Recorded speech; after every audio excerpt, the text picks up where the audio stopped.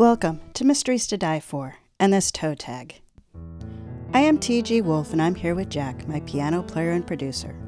This is normally a podcast where we combine storytelling with original music to put you at the heart of a mystery. Today is a bonus episode that we call a toe tag. It's the first chapter from a fresh release in the mystery, crime, and thriller genres.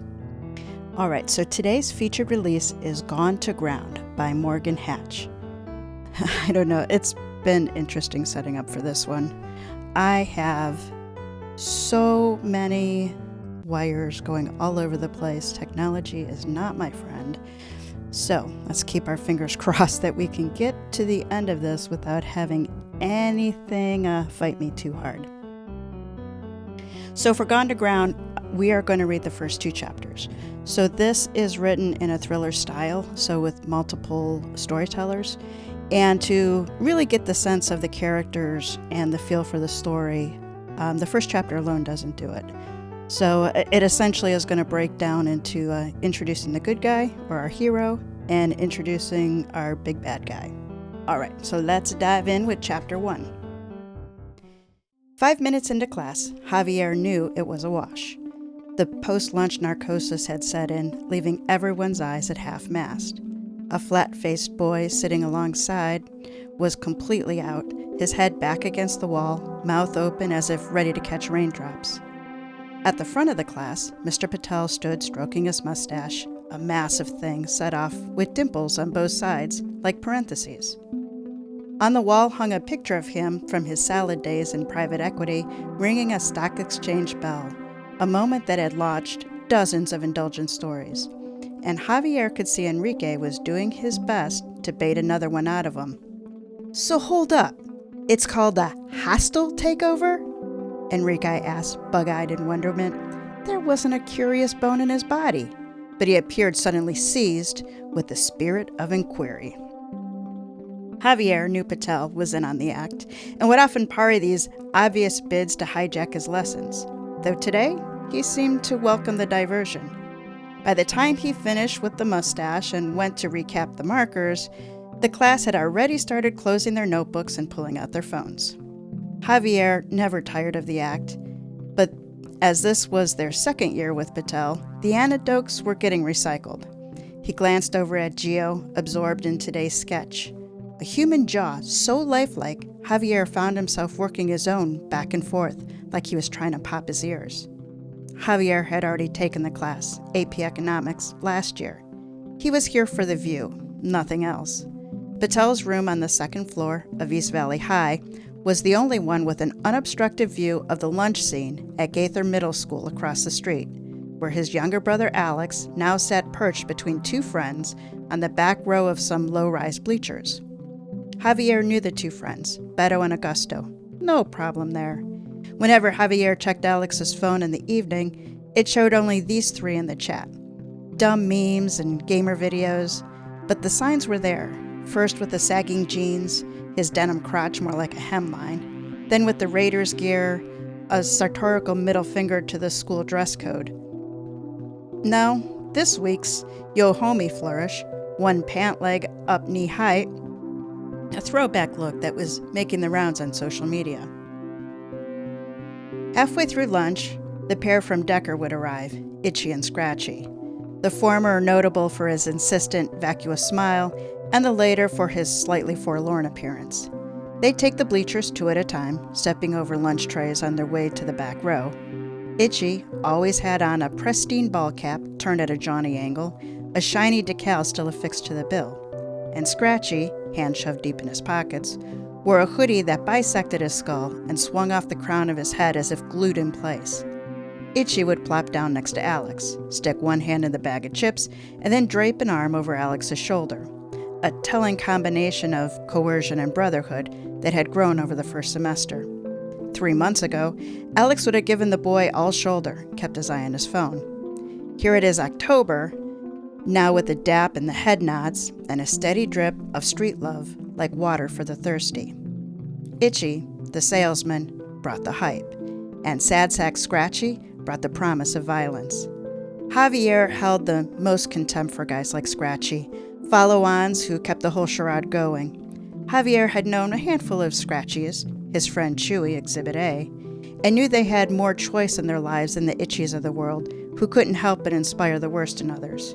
Scratchies lacked imagination, and without them, Itchies were just gas. The Gaither lunch bell rang. Scratchy scanned the quad like a farmer looking for a good place to plant corn. He clutched the side of his jeans and climbed down the steps, a pop and lock that gave him the appearance of old age. Then Itchy stood, having sold Alex a version of Vida Loca, now for 10 minutes, and offered the cherry on top of view of school cameras. His hands, belt high, and with the fluid grace of an interpreter for the deaf, flashed the Denker trademark, SRV, the first letters of the 3 street names, Sepulveda, Roscoe, and Van Loos, which bounded their neighborhood, Barrio Horseshoe, or as everyone called it, the Shoe. There was no 4th Street because the southern boundary of the Shoe was a lunar landscape called Dogtown, a 500-acre vacant lot in the middle of East San Fernando Valley, big enough to site a football stadium. 50 years ago, when this part of Los Angeles had been mostly farmland, the area had been a man-made lake. Seen from above even today, it resembled an enormous footprint minus the toes. On Google Maps, it was cryptically referred to as a hazard abatement area, a lake long since dried up and now a tent city for the valley's destitute. Both code and law enforcement took a hands-off approach, certain that a close look would trigger enough paperwork to keep everyone behind their desks for months. Javier watched Alex slow walk to class like he was underwater, another bad sign. Dumb and Dumber come by? Rafa broke in. Class was ending, Patel now returning to the mundane world of homework and Friday's quiz. Javier looked at the whiteboard and made a mental note of page numbers to read and the problem set to finish. Rafa knew Javier had been watching Alex and the daily ritual. He's in 8th grade, big brother. They're all stupid. Rafa zipped up his backpack. Trust me, Jocelyn belongs in a cage. Jocelyn was a sister. I say put them all on an island, come back in a year, whoever survives gets to go on to high school. Javier thought of smiling, but couldn't. Kid's a follower, and he's angry about something. He stuck his notebook in his backpack and watched Alex disappear around the building. Those 2 mooks, been working him since August. He couldn't shake the fact that it was Alex, not Beto or Augusto, who'd been the target these past 3 months. The bell rang, and the class stood to leave. Javier nudged Gio, who was now staring at McRibs, the skeleton parked in the corner, its head tilted toward the floor as if it dropped a set of keys. Enrique was already macking on the girl next to him, who had a hunch posture of somebody expecting a bomb to go off. Javier, Rafa, and Gio left him there and walked into the hallway traffic, a human salmon run after 4th period. Rafa turned to Javier over his shoulder. Relax. He's going to join a tagging crew, throw up his placa 3 times, get busted on the 4th when he shows up on a camera.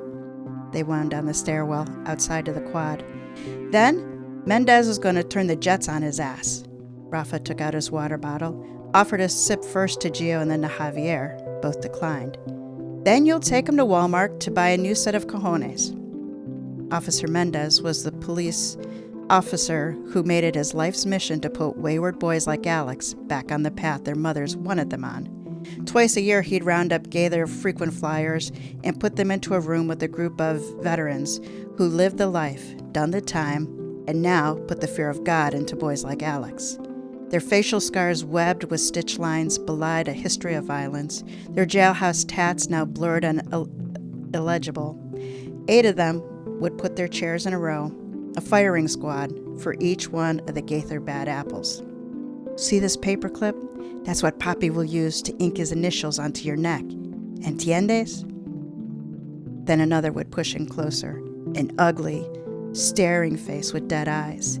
Each fatherless boy, an unexpected spark of need suddenly welling up, as if summoned by the stranger. So close now, he could hear the man's breath whistling through his nose. One by one, their chairs scraping the floor until they formed an OG semicircle. One of them, whichever one still had his prison swole, would whip off his shirt to reveal a torso slabbed with muscle. "Gonna put salt on your ass." "Your ass gonna taste better with salt." More riotous laughter. Then Mendez would get up and leave the room to take a call. And that's when some of the boys would pee themselves. The three of them got to the main office, where Rafa fist-bumped Javier and Gio and pushed a shoulder into one of the double doors and disappeared inside. Rafa worked 2 hours a day answering phones, sorting mail, and translating for parents, and helping with the reams of paperwork that were forever breeding newer, smaller piles. Like Javier, Rafa was on a glide path to college. They each had, in fact, already accrued enough credits to have graduated by now. "Only double hinge joint in the body, Javi." Gio tried wiggling his jaw. "But mine's mostly up and down, you know? I can still hear a click, though." He smiled and trailed off. He and Javier had been mistaken as brothers in 5th grade when they first met. Most teachers had to look at their necks to tell the two apart. Javier wore a gold Our Lady, though their hairstyles soon diverged. By 3rd grade, Gio's hair had quickly become a mop he trimmed himself with school scissors. Javier, by contrast, had always been 2s on the sides and 5s on top. The one other distinguishing difference was a scar over Javier's left eye, where his father had taken batting practice. The dead white tissue of slow-healing wound stitched up, country-style, back in Jalisco. In the pigmentocracy of the Barrio, Javier and Gio were both slightly more on the almond end of things, though not coffee bean dark, with bee-stung lips framing their fish-angled mouths. "You ever notice how skeletons all seem like they're smiling?" Gio mused apropos of nothing. He made a Cheshire smile, revealing 2 rows of funhouse teeth. An orthodontist could look in Gio's mouth and see his daughter's college tuition. It was, in fact, Javier who taught him how to brush. "Spring will be here faster than you think, Gio," Javier said. "The Needle Sisters are going to change their locks and put your shit on the curb." Javier had been trying to chip away at Gio's blithe indifference to aging out, convince him to put in some job applications, start lining up food stamps. His 18th birthday would be his last as a ward of the county. "Emancipated!" Gio gave Javier a coy look and chuckled, as if considering the full weight of the term, then wandered off toward the unlit section of the hallway, past the main office, a no-man's land that led to a stairwell with a pair of locked doors at the bottom. Kids went there to vape, some using it to take a leak when the bathrooms were locked. Halfway down the hall, Gio stopped in front of a wall display, eternally lit by a pair of fluorescent tubes, trophies from generations ago. Art projects from students now old enough to have kids of their own. He leaned in, trying to read something. "Dinner Thursday," Javier half shouted. "Ma's playing catch-up on Rebelda." It was one of Mama's novella, and over the course of the 2 weeks, while Gio slept on their couch one summer, it had become his too. The saccharine storylines, a 50-minute mental oasis for Mama, and half the women of the shoe, served as a stand-in for Gio's family narrative, his own like a phantom limb that he could feel but no longer existed. Gio kept staring at the display and nodded his response, his detachment sudden and complete. Javier's phone buzzed, a text for Mama. She'd be working another double tonight, which meant there'd be a frozen brick of noodle soup in the sink when he got home. The freezer was full of them, gallon Ziploc bags stacked like sandbags. She never said no to more work, and there was always more work. And she had the joint and back pain to prove it. Javier would often greet her when she returned from the overnights with a tube of high-octane Mexican balm that he'd rub into her knees and shoulders, but mostly her back, where a couple of discs had turned to sponge. The doctors might as well have put in a zipper between her L3 and L5 vertebrae. She'd had so many surgeries. The college off-ramp wasn't more than 10 months away for Javier, and as much as Mama had insisted early on that an education es lo más importante, she had been steadily dialing back the rhetoric as the medical bills had started arriving with big red letters stamped all over them. But more than that, she'd come to rely on him to keep Alex, a born roof follower, from slipping further into the streets. Javier's carefully built Jenga tower had a couple of pieces sticking out. Chapter 2. Carlos rode the boom lift 30 feet up, stepped onto the deck of the viaduct, and worked his way through the final course of rebar, checking the snap ties as he went. By noon, it would all be covered in 200 yards of cement, an act of finality that had left him sleepless and bleary-eyed. He got to the unfinished edge and gazed out at the Yukos standing in the morning sun, their knobby arms raised as if surrendering. The only movement, the only noise, came from the survey team a quarter-mile ahead, hammering stakes and taking measurements through transits. His phone buzzed with a text from Raymond, the lead surveyor. It was an image of a tortoise craning its neck. Carlos pulled out his walkie. "How many?" A pause. "I count 20, 25. Carlos hissed. Nothing meant more trouble for projects like this than habitat issues, and the desert tortoise was at the top of the protected species list in this part of California. He kicked a water bottle off the deck, his head now flooding with the list of change orders and cost overruns and impact reports. The Sierra Club would have an injunction by the end of the week. His crew would scatter, and the job would be badmouth in the trades, felt on, as they would call it. It was the bane of every publicly funded project. There were always stop and go, and for subcontractors, consistency was king.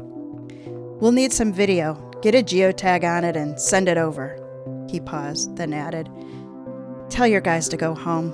We gotta pull them off the job." A moment later, Raymond came back on the radio. "One more you need to see." Carlos opened the next text. It showed the flat underside of one of the tortoises, forelegs helplessly splayed out. Along one edge of the shell, a small strip of aluminum had been riveted to it. The last picture was a close-up of the tag, showing a barcode and a set of Chinese characters. Tasha passed through the metal detector and retrieved her phone on the other side. She saw Carlos had sent her a video and then tapped the screen to see a clip showing a pod of tortoises ambling across the desert. The image needed no explanation. Motherfucker. In the 2 years as communications director for Senator Rittenhouse, she'd had to learn ways to corral her tempo. Deep breaths, long drinks of water, long drinks of Grey Goose. But today, all she wanted to do was throw her phone across the Capitol Rotunda. The rail project was her ticket to Washington, with or without the senator. If things went pear-shaped here in Sacramento, she'd be back running school board elections in Los Angeles. She arrived in the back of the Senate chambers in time to catch the last legs of the reauthorization debate. Support was split for the bullet train, which was now so far over budget, it would require a fourth round of bonds. An 11th-hour deal with the large offshore hedge fund had given the project new life. The Speaker could bring the reauthorization up for a vote either now or tomorrow. 3 hours ago, it would have been a layup for Tasha. She'd already put in an offer for a 2-bedroom condo in Georgetown. The vote count on the screen and the adjournment clock clicking down lent the usually staid chamber a charged air. The Speaker stood at the rostrum, gavel in hand, talking with the staffer over his shoulder. From the steps below, a Senate page reached up and slid the Speaker a note. He read it and pulled out his phone, scrolling through some texts, and then brought his gavel down twice. The vote would be delayed until tomorrow, 8 a.m., an eternity in the deal-making days of late August in Sacramento. Careers often turned on these votes, and Tasha felt hers slipping away. The Sierra Club was probably already setting up the presser with their righteous refrains. She'd done her best to curry favor with the green slice of the electorate, keeping the center at or above 80% favorability. Coastal set-asides, old-growth logging regulations, that stupid little fish in the Delta, and this had come at considerable expense to the donor list, a hit she knew was worth the points he scored with the base. All those years triangulating, positioning, counter-messaging, all the miles on the road, in the air, Prepping, dodging, deflecting, pulling, vetting, all that code switching, high-watt smiling, all the hours briefing and debriefing. And for what? So a 30-second video could expose him as an environmental hypocrite? Tasha knew this was no accident, and she knew who was behind it. The video feed to the twin-engine Gulfstream had been in and out, the result of a typhoon over Micronesia, delaying the meeting for another 10 minutes. George Jones couldn't stand long flights and hated meetings even more, so here he was 30,000 feet over the Pacific, about to combine the two. He poured himself 2 fingers of Glenmorangie and contemplated the fate of several hundred displaced tortoises. He could wrangle and return them to their country of origin, collect his $6 million deposit, or he could let them wander the Mojave and mystify subsequent generations of herpetologists at a loss to explain how this particular species made it from the Gobi Desert to the I-15 corridor of Southern California. The video link refreshed, prompting Jones to throw back his scotch in one and come off mute. His screen filled with thumbnails of 10 committee members. All but 2, both of whom were clearly on the upper deck of their respective yachts, had their cameras off, their names anonymized. Jones got right to the point. We've been looking at LA for about 10 years now, waiting for the right time, and an opportunity has risen that pencils out, Jones said. The fund's specialty was transit node development, and Jones was its fixer. I'll give you the haiku version. Stir shit up, drive values down, and then back the cash truck up and remodel the place. Very wealthy people came to the fund to park their money, earn massive returns, and reduce their tax liabilities. With a little pressure, we'll be looking at 12-to-1 return over the first 5 years. Jones knew it would probably be twice that amount. Stir shit up, a little pressure. The committee took a position of willful ignorance to these aphorisms. Rate of return was all that mattered. The methods and means were none of their concern, which is why they skipped past any due diligence motions and went straight to the vote. 15 minutes later, the screen was once again empty, and Jones had the fund's blessing. The plane made its descent into Sacramento International, where Jones had one more appointment before a 6-hour drive to Los Angeles. The Gulfstream taxied into the hangar where the pilot cut engines and dropped the gangway. Jones appeared at the doorway, where an attendant handed him a hot towel to wipe the 16-hour flight off his face. He descended the stairs, and at the bottom, a man in jeans and a leather jacket handed him a burner phone. For our friends in the white van. Image uploads, crypto transfers, confirmation texts only. Jones toggled through the settings. This group likes to keep tabs on their clients. Whenever the burner is on, they'll know where you are. No way to disable the geolocation. The man then reached inside his jacket and pulled out a Walther P-38 and handed it to Jones, grip first. Jones racked the slide, chambered around, and flipped the safety on. Then he climbed into a matte black Land Rover and put the burner in the cup holder. An hour later, he self-parked at Torrento, one of the few spots in Sacramento that could still be relied on for discretion. He walked past the hostess, straight to the corner booth where Senator Rittenhouse sat alone, hunched over a bowl of pasta. He saw Jones approach and dipped his head slightly to indicate an empty seat. Jones ignored the senator, instead pulling up a rattan chair from a neighboring table and took a seat as he shot his cuffs, and waved off the waiter, who appeared instantly with the menu. The restaurant was dimly lit, the high-backed booths upholstered in oxblood leather, the room awash in hushed tones of last-minute horse trades. "Your train is coming in," said the senator without looking up, "but I suspect you already knew this."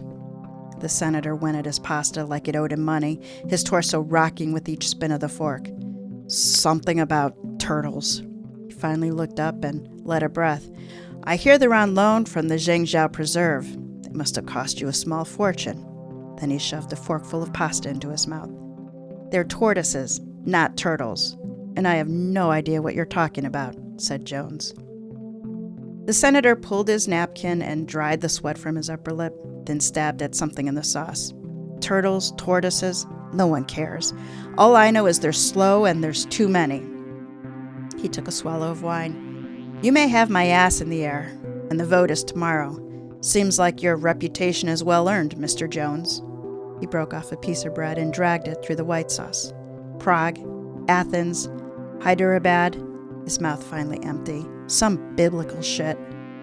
Jones had actually flirted with the ministry at one point. "Pox and pestilence," he said. "Death of the firstborn, rivers into blood. Moses didn't fuck around, and neither do I." A college girlfriend had once examined the headline of his poem, straight and uncrossed, and proclaimed it was a sign of either intense religious conviction or a tendency towards psychopathy. "If there's a transit node involved," he said, "I'll salt the earth myself." He made a show of checking his watch. The senator leaned back, let his hands rest flat on the table, as if ready to make it levitate. "We're prepared to reroute the line to Panorama City. Just know you're the ghetto option." The senator folded the napkin and looked at Jones. "And as we both know, bullet trains don't stop in the ghetto." "Of course it's coming to the ghetto, Senator. There's nowhere else to stick it." Jones ran a hand down his pants to flatten a wrinkle. "Ghetto for now, Senator." He nodded at the senator's bowl of pasta. "But I'll bet you another bowl of that Alfredo you seem to love so much that in a year, you'll be making offers on our condos before we're even out of plan check." The senator gave Jones an appraising look. "Have you seen Panorama City lately, Jones? Great town, if you're a pole dancer. They have a tent city the size of Rhode Island." "For a curious man," Jones said, standing, "you asked the wrong questions." He passed his gaze around the room. "Your work is done, Senator. Time for the ground game." When he got to his car, Jones pulled out his phone and placed a call before getting inside. "We're up," he said. Across the lot, he spotted the tail he picked up outside of the airport. The car had backed in parked, the only one in the lot to do so. "I'm on my way." Once inside the Land Rover, he grabbed the burner from the cup holder and typed in a text. "VDL, go." The man in the boat hadn't had a bite and didn't much care. He came for the solitude, the stars, and the sounds of the reservoir at 4 a.m. Most people fished during the day from the dam wall where it was wide enough to park their coolers and fold-out chairs. Vanderlip Dam itself was the third largest in the western United States and the oldest by a decade. A sluice had been built at the base of the dam's southern end, a fail-safe option for a uranium enrichment plant from the 1950s. The plant had long since been dismantled, though the sluice, which emptied into a dried lake bed in the East San Fernando Valley, remained. A vehicle approached, the light wash of high beams coming through the pine trees. A man in the boat had never seen anyone use the access road. It was a white transit van, and it very quickly turned, reversed, and backed up 10 feet from the water's edge. The rear door opened and 5 men climbed out, 2 of them in wetsuits, hoisting scuba tanks from the back of the van. They worked without talking, testing their respirators, buckling their weight belts, and in less than a minute, they were walking backwards into the water, each clutching something the size of a shoebox. Soon the only evidence of either of them was a trail of bubbles rising to the surface. The man took out a pair of binoculars he kept for birding and watched the 2 other men walk out onto the dam's catwalk. The first man carried a coil of rope slung over his shoulder. The second wore a backpack and a climber's harness. When they were about 100 feet out, the first man sat down and tied himself on the railing stanchion and belayed the second man over the edge of the dam.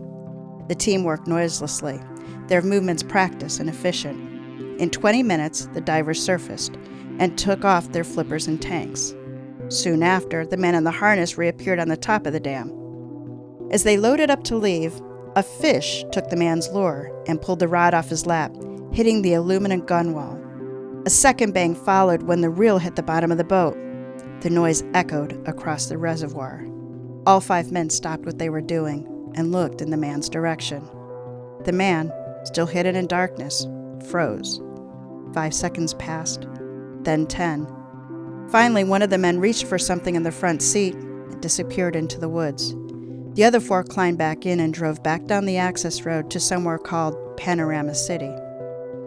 10 minutes later, the man in the boat lay face down, hidden among the tulle in the shallow water of the lake, 2 in the chest, 1 in the head.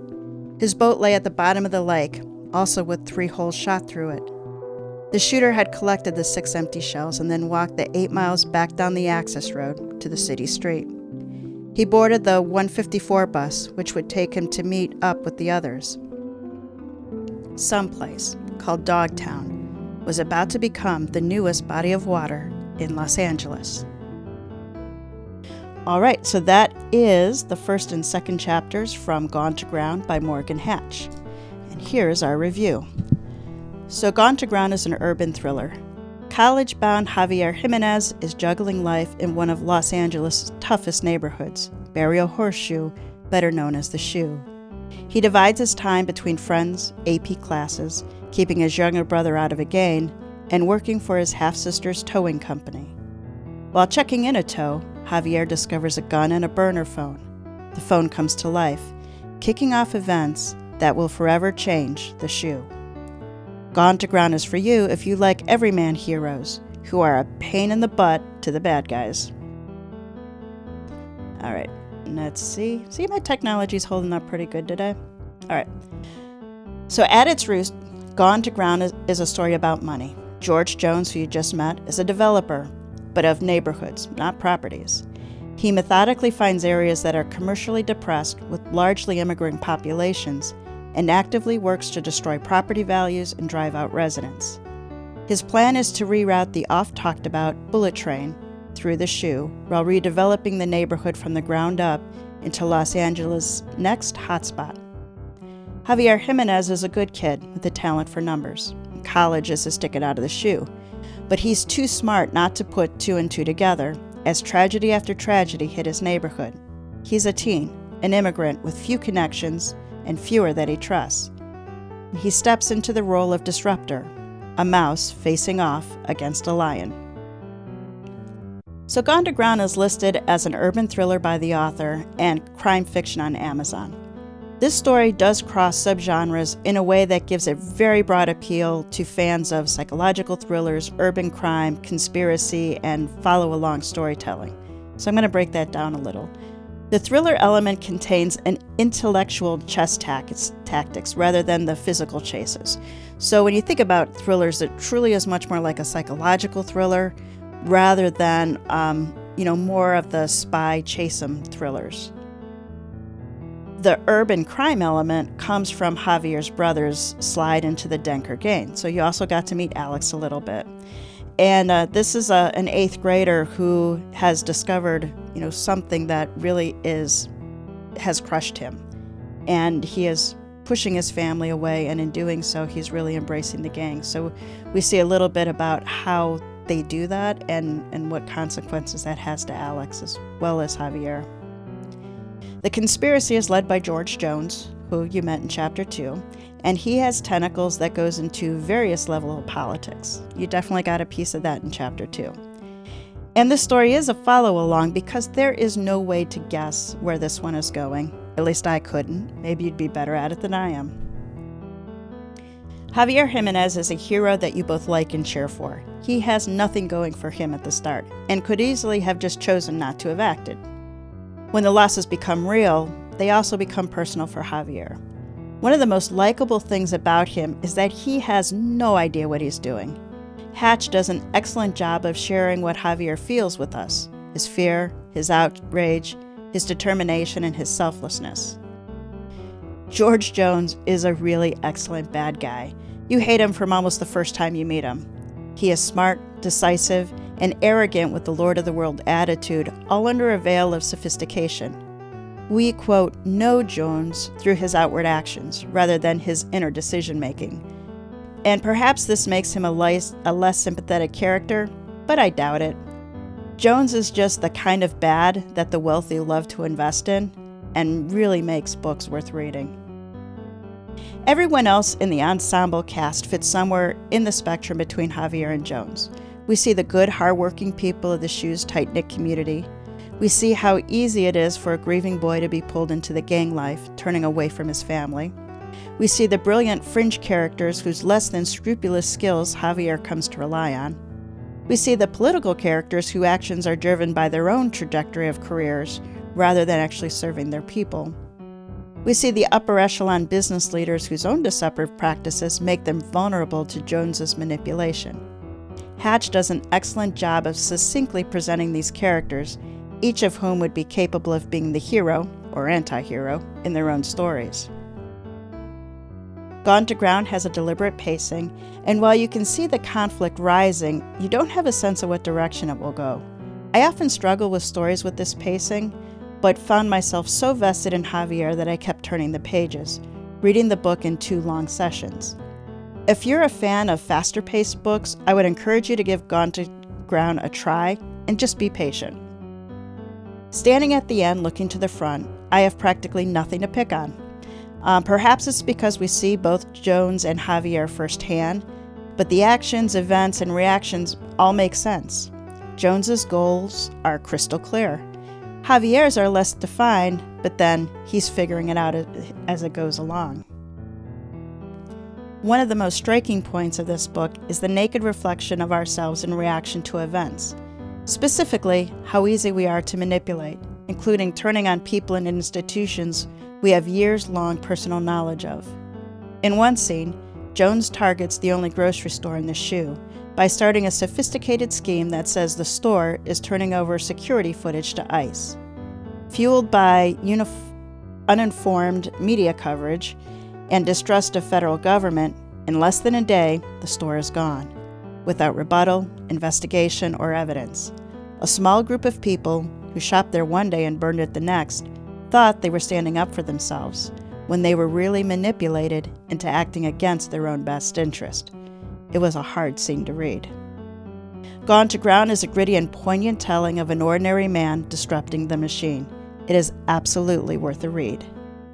Gone to Ground was released from Black Rose Writing and is promoted by Partners in Crime Tours. It's available from Amazon and other book retailers. The link is in the show notes. So let's meet Morgan Hatch. Having taught in the LA public schools for 30 years, Morgan now writes about the people and places he has come to know in the course of his careers. During the pandemic, he began writing Gone to Ground while Los Angeles was going through scandals involving public officials and an uptick in the perennial crisis of homelessness, immigration, and gentrification. Add to this the on-again, off-again California bullet train, and you have the main threads of this novel. Morgan lives in Los Angeles with his wife, where he's trying to learn to make his mother-in-law's recipe for dal dolki. It is a Indian dal and dumpling. I had to look up what it was, but I still didn't learn to pronounce it. So wondering what to read after you finish Gone to Ground? Partners in Crime Tours is your ultimate destination for all things mystery, thriller, crime, and cozy. Or, you can mix thriller and crime together and get Kriller. Since 2011, they've been working to fill bookshelves with gripping and heart-pounding reads. Discover new mystery series and connect with other fans with Partners in Crime. Look up Partners in Crime Tours on the web or your favorite social media. Links are in the show notes. And authors. Whether you're looking to promote your latest thriller or Kriller, discover a new mystery series, or connect with fellow fans of a genre, PICT has you covered. Check out their promotion options that come with the personal attention of a dedicated coordinator. And come back next week and join us for Season 8, Anything But Murder. We're up to Episode 16, where arson may or may not be our featured crime. It's First Reports Are Rarely Right by Larry M. Keaton. All right, Jack, take us out.